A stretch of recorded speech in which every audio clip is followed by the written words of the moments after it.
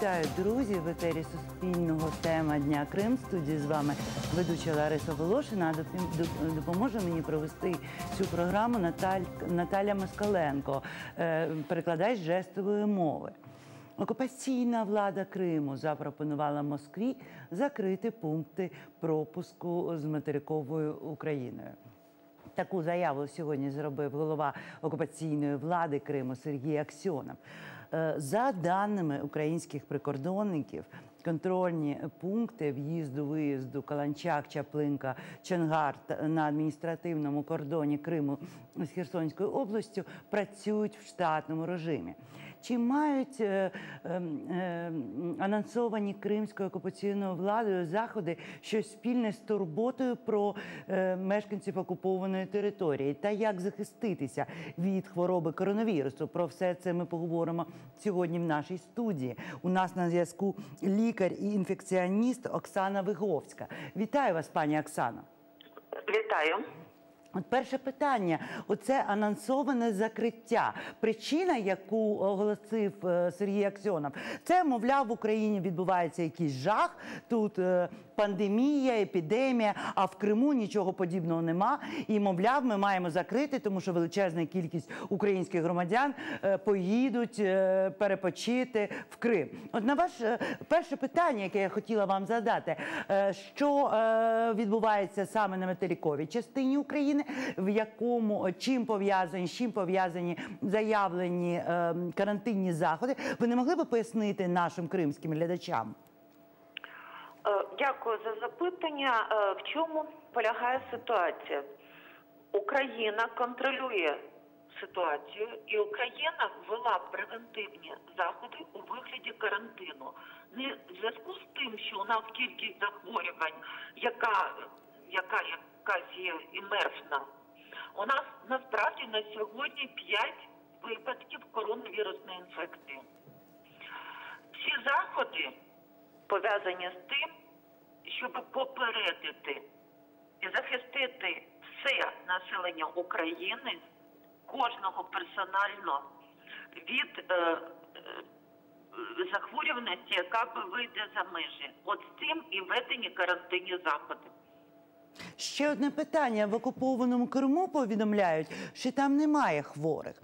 Але згідно даних, які дає Роспотребнадзор, там близько 58 людей в карантині. Що цікаво, дані на минулий тиждень, з 2 по 8 березня, вони були опубліковані 12 березня. Свідчить про те, що в Криму величезний, за тиждень тільки, приріст захворювань на ОРВІ 11 300 випадків. Це на 60% більше, ніж взагалі інфекційний поріг. Але говориться, що це не коронавірус. От на ваш погляд, чи не приховує окупаційна влада випадки захворювання? Я також дивилася статистику від Роспотребнадзора і подивилася, що вони передають цифри, які ви озвучили, саме по Криму, захворюваності на коронавірусну інфекцію. Така велика кількість, я думаю, що у них, як і у нас, іде паралельно спалах гострих респіраторних вірусних інфекцій, грипу в тому числі. Тому те, що вони закрили кордони, для нас це навпаки добре. Тобто з врахуванням захворюваності на коронавірусну інфекцію саме в Криму. Скажіть, будь ласка, от ще інформація, яка є за останню добу. Це дає Росія, це за даними російських лікарів. Тетяна Голікова, віце-прем'єр, вона поінформувала, що в Росії за добу кількість захворювань, виявлених на коронавірус, збільшилася в 1,5 рази. І зараз це 93 особи. Ми чули повідомлення від голови секретаря РНБО пана Данілова про те, що в окупованій Горлівці зафіксовані теж випадки коронавірусу. Такі дані дає, зокрема, Крима Червоний Хрест. І мова йде про людей, які їхали з Китаю через Москву. Їхали громадським транспортом, який там курсує між окупованою територією і Москвою. І от ми знаємо, що в Крим ходять прямі потяги, що туди літають літаки. От на ваш погляд, наскільки можливо, ймовірно, місце, де постійно, по-перше, окупований Крим, там відпочивають, лікуються, в тому числі від поранень, бойовики з Донбасу. Туди їздять величезна кількість москвичів і мешканців Російської Федерації. От наскільки загроза появи коронавірусу при таких умовах, 1,5 рази тільки за добу ріст в Росії, наскільки вона ймовірна? На жаль, велика вірогідність існує. І дійсно, по даним Роспотребнадзору, в Росії збільшення захворюваності за цю добу. І тому ми розуміємо, що Крим є джерелом інфекції. Ще одне питання. От я хочу, щоб ви прокоментували таку інформацію. Я попрошу наших режисерів вивести карту, яка в нас є. Це карта від Центру системних досліджень і інженірингу при університеті Джона Хокінса. І там говориться, згідно цієї карти, всього в світі було 178,5 тисяч випадків зараження коронавірусом. З них померло більш ніж 7 тисяч людей і 78 тисяч людей вилікувалися. Відповідно до цих даних, трошки менше ніж 100 тисяч людей знаходяться в такому невизначеному стані. Я хотіла б, щоб ви пояснили, скільки може тривати хвороба, скільки людина може знаходитися хворою, і як взагалі людина може відрізнити, що вона захворіла або ні? Інкубаційний період триває в середньому 14 днів. Є дані, які говорять про те, що інкубаційний період може бути подовжений. Але більшість країн прийняла термін карантину 2-3 тижні. Як довго може хворіти в середньому людина? В середньому теж близько 2-3 тижнів. На жаль, є повідомлення про те, що може зустрічатися повторне виділення вірусу у людей, які одужали. Результати аналізів у них були негативні. Проходить час, у когось через 6 днів, у когось пізніше виявляється повторно виділяється збудник. Тому це також треба враховувати. Пані Оксано, ще питання. От ви вже згадали про повторні зараження. От сьогодні обговорюються 3 моделі.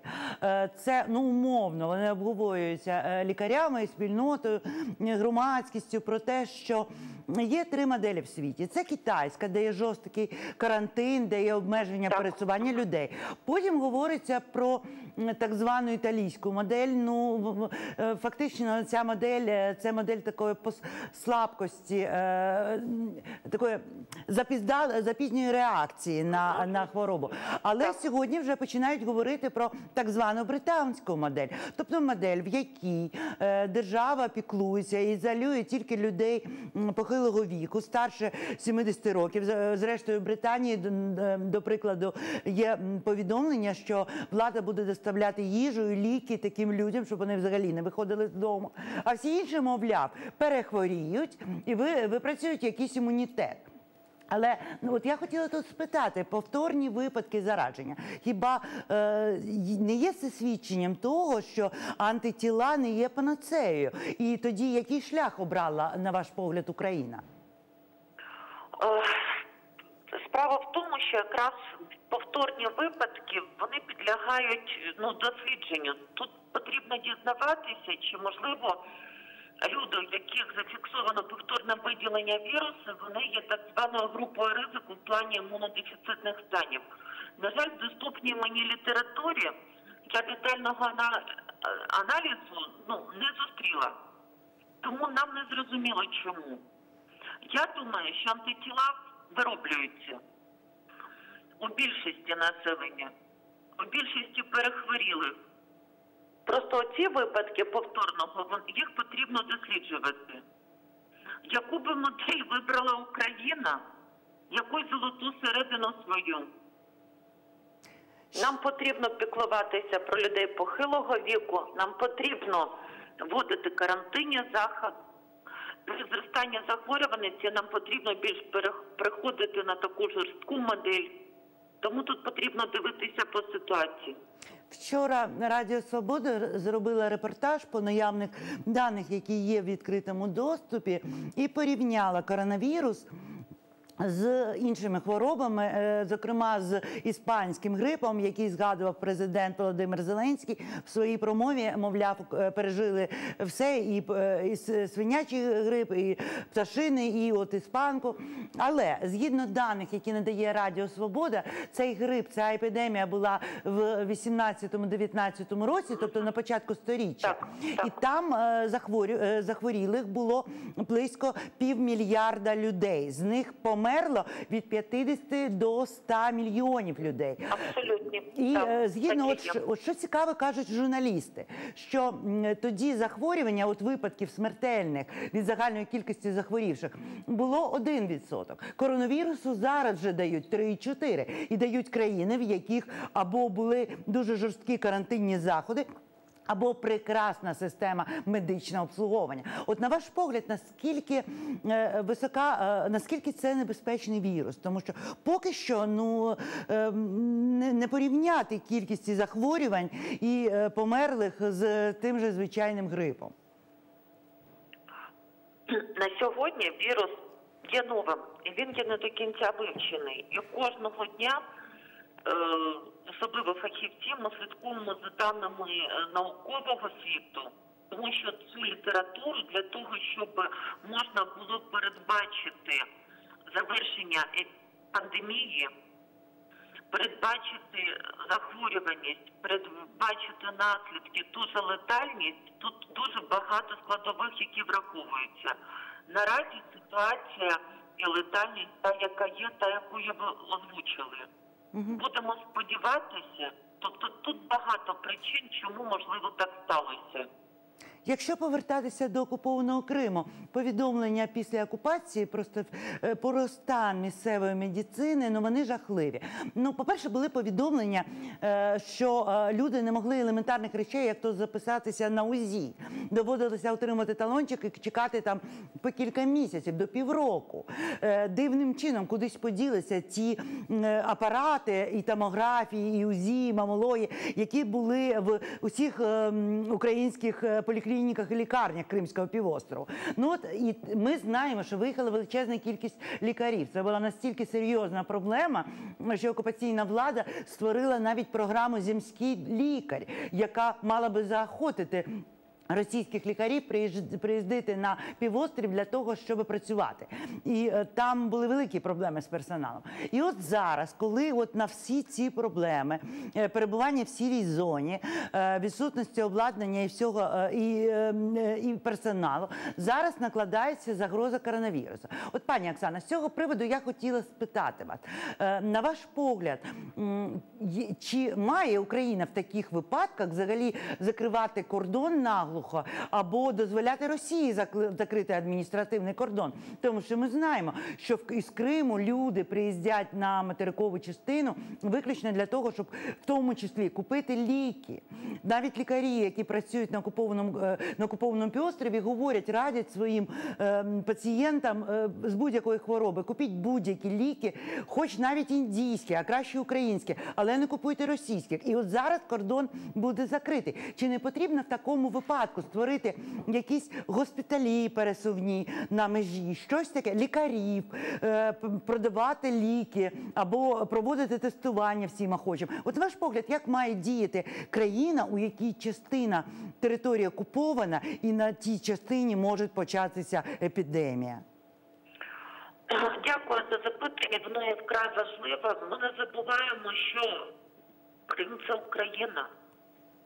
І Крим є наша біль.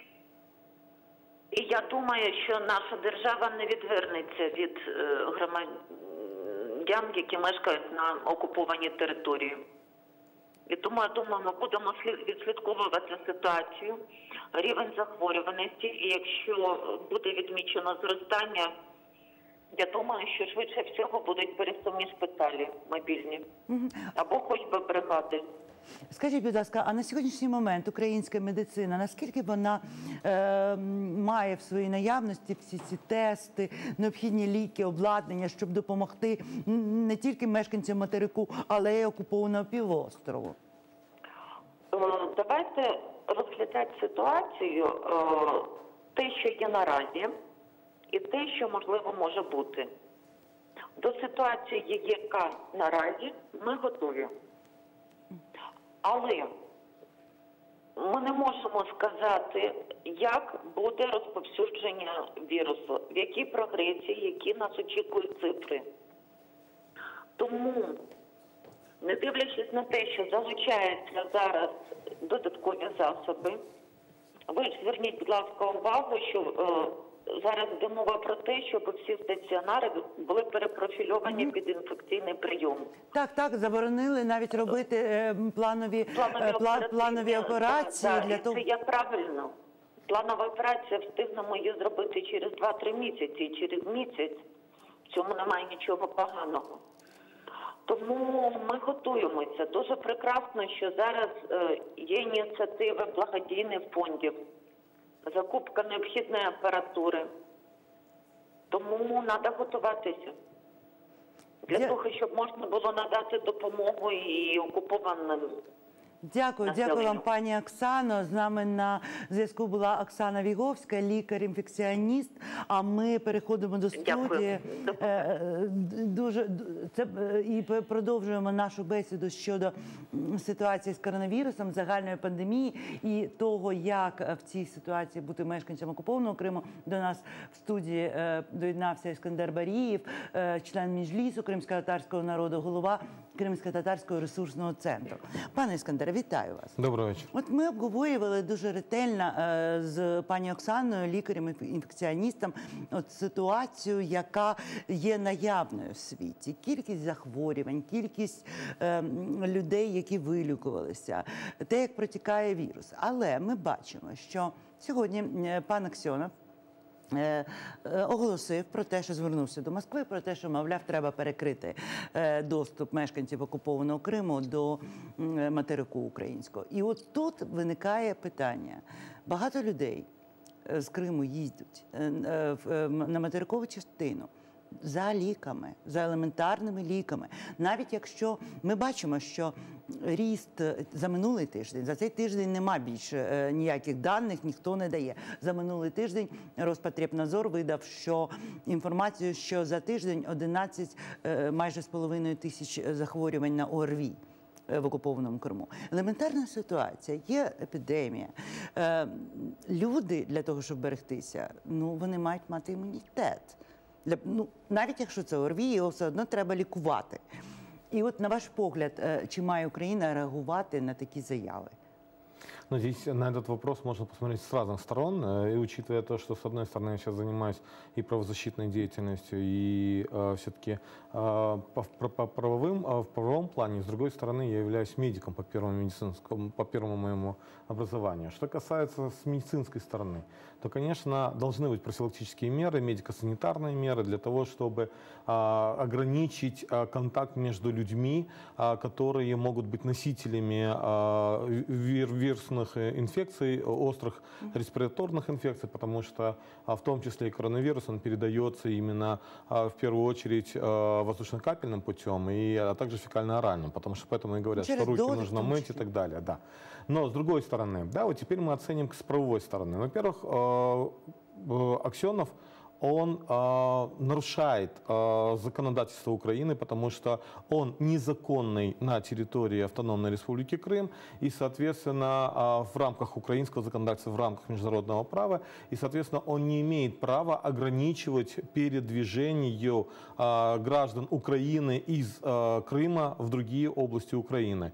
И поэтому в данном случае, конечно же, инициатива все равно есть от представителя оккупационной власти, которая не признана Украиной. Украиной. И, соответственно, понятно, что границы в первую очередь будут перекрывать российские оккупационные силы, пограничники, и таким образом ограничат передвижение. С другой стороны, в том числе и неделю назад или на прошлой неделе было заявление и министра внутренних дел Украины Авакова, который заявил о том, что он выходит с инициативой, чтобы ограничить передвижение людей, граждан Украины, проживающих на оккупированной территории, но не зарегистрированных на території материкової України, підконтрольної А Україні. вам не здається це таким дивним? Обмежити пересування, але ніхто не говорить про те, що необхідно створити на межі якісь пересувні лікарні, пункти, де можна купити будь-які ліки, де є лікарі, де можна пройти тести. От якісь такі речі. Я розумію, що людей можна не пускати до Києва. Вот здесь как раз-таки здесь тоже есть вопрос, когда мы можем сказать о том, что действительно ограничивается право граждан Украины, которые не успели по каким-либо причинам или не, ну, это их право не зарегистрироваться как внутренние перемещенные лица. При всем том мы считаем их гражданами Украины, и поэтому они не должны быть ограничены в своих правах. Чи не говоримо ми з вами про наражання на небезпеку? Да. Взагалі? Другой вопрос, что теперь с медико-санитарной стороны. Опять же, и Крым, и территория части Донецка и Луганска, подконтрольные боевикам, они не подконтрольны украинскому государству. И понятно, что Украина не может вести полный контроль над санитарно-эпидемиологической ситуацией непосредственно в этих регионах. И, соответственно, конечно же, должны быть предприняты определенные меры. Поэтому, на мой взгляд, я думаю, что министр внутренних дел Украины в первую очередь должен был заявить о том, что ограничить передвижение на период карантина, потому что сегодня все-таки карантин объявлен по всей стране. И с другой стороны, действительно, я с вами согласен, что должны быть на приграничной территории созданы специальные, скажем, санитарные какие-то палатки или медицинское обследование для того, чтобы этих людей обследовать и, соответственно, может на какой-то период действительно брать на карантин или предупреждать, что эти люди будут взяты на карантин. Тогда, я думаю, сами люди перестанут передвигаться в этот промежуток времени. Хотя на самом деле, вот ко мне, Крымско-Татарский ресурсный центр, на протяжении вот этих дней все люди обращаются, потому что они запланировали поездку, потому что у кого-то родители или близкие заболели. Вот, к примеру, был совсем недавно звонок, у меня спрашивали, пропустят ли нас в Крым, потому что там возникла информация, что получил инсульт, да, мать у одного проживающего здесь, и ему необходимо поехать, потому что нужно оказать помощь матери. Ну, її не пустили з дитиною, тому що дитину не пускають на окуповану територію без дозволу батька, тобто там, я так розумію, що это уже другая проблема, с которой знаєте, от я мы дивлюся, сталкиваемся давно. ми ж бачимо, що крім оцих заяв пана Аксьонова і якоїсь такої, ну, це навіть не байдужість, це просто поки що нерозуміння, що треба організувати пункти оцієї невідкладної медичної допомоги для мешканців окупованих територій, тому що в умовах окупації вони не можуть зреалізувати своє право на здоров'я. Але от ми бачимо, сьогодні ми знаємо, що в окупованому Криму визначається 6 років цього так званого референдуму, який вони проводили, цієї кримської весни. Нема ніякого карантину. Тобто воно нібито є, якісь класи закриті, але загально в школи діти ходять на розсуд батьків. Не закриті масові заходи. От сьогодні було покладання квітів до пам'ятника народному ополченню. І там і Аксьонов, і Розважаєв, і от купа цих прекрасних людей. І потім були створені виставки відкриті, дитячого малюнку. Тобто там були в Верховній Раді Криму. Тобто там і діти були, потім ці виставки біля Верховної Ради Криму. І от ми ж говоримо про те, що окупаційна влада не просто може приховувати випадки, не просто може наражати на небезпеку українських громадян, надаючи їм доступ до української медицини, до тестів, до всієї цієї процедури. Але ж вони можуть і через те, що вони не вводять карантин, наражати на небезпеку. з точки зору права, чи не варто Україні починати заявляти про те, що окупація на окупованих територіях може призвести до неконтрольованной ситуации? Вот вы как раз подвели к очень важному вопросу. Ну, во-первых, мы с вами родились, да, во времена Советского Союза. Мы помним, как в Советском Союзе все было хорошо, никогда никто не болел, но при всем том скрывали информацию, достоверную информацию. Насколько мне на сегодняшний день известно, что на территории Российской Федерации, в частности в Москве, уже все-таки объявляют о некоторых санитарных мерах, потому что уже ограничивают публичные мероприятия, но детям пока еще в школу, ну, пока в школах не объявляют карантин. При всем том, я вот сегодня общался с многими нашими жителями и в Крыму, и многие предполагают, что после так называемых праздничных мероприятий, которые они по политическим мотивам не провести не могут, скорее всего, в ближайшее время все-таки они объявят какие-то ограничения. Потому что я думаю, что как и вы, так и я, мы не верим, что в России и на территории оккупированного Крыма нет случаев коронавируса. Потому что на самом деле есть уже предпосылки, что в Севастополе, поскольку как бы там все-таки это город, куда приезжают моряки, что на территории Российской Федерации, которая имеет самую большую границу с Китаем, не мог проникнуть коронавирус. Однозначно он есть там. Другой вопрос, что это все скрывает. Другой вопрос, что, опять же, давайте мы смоделируем, а что может произойти, особенно, ну, Крым еще где-то Российская Федерация несет ответственность, а если на востоке Украины, подконтрольная боевикам, завтра возникнет явная эпидемия по коронавирусу, и люди в панике начнут двигаться к границе с Украиной. И вот здесь, а мы же не можем закрыть границы, потому что это наши граждане. И вот здесь уже украинское государство уже сегодня должно делать как политические заявления, так и готовиться к оказанию помощи своих граждан із окупованих територій. Ще одне питання, я хочу буквально півхвилини. Російські силовики сьогодні провели обшук в Джанкої в будинку Ділєвєра Ібрагімова, після якого пана Ділєвєра було вивезено в невідомому напрямку. Про це адвокату Емілю Курбідінову повідомили родичі затриманого. І таку інформацію дає нам Кримська Солідарність. От, пане Ескандере, от, знаєте, карантину нема. Якоїсь масок нема, засобів гігієни, яка необхідна для того, щоб врятуватися від вірусу, нема. Але ми бачимо, що в річницю оцього незаконного референдуму, окупєндуму, я дуже люблю саме цю назву, тому що окупанти під дулами автоматів. І от ми бачимо, що продовжується затримання. От, на ваш погляд, а що робити тим, хто в тюрмах? Ми ж знаємо, які в СІЗО і які в кримських тюрмах умови. Однозначно, что даже то, что можно передавать в тюрьмы, есть определенные ограничения. И в этом случае, конечно же, несет ответственность, в первую очередь, оккупационная служба, пенитенциарная служба, которая должна обеспечивать именно дезинфекцию тех мест, где пребывают и политзаключенные, и заключенные в целом. Ну, я так разумею, что правозащитники должны дивитися. Конечно, правозащитники должны об этом постоянно говорить. Что касается ситуации, сегодня действительно было даже два обыска. Тот обыск, о котором вы сказали, по сегодняшний и под данный час неизвестно, где находится на самом деле Османов. А с другой стороны, был обыск у Курталиева, но поскольку он находится на материковой части Украины, его там просто не было.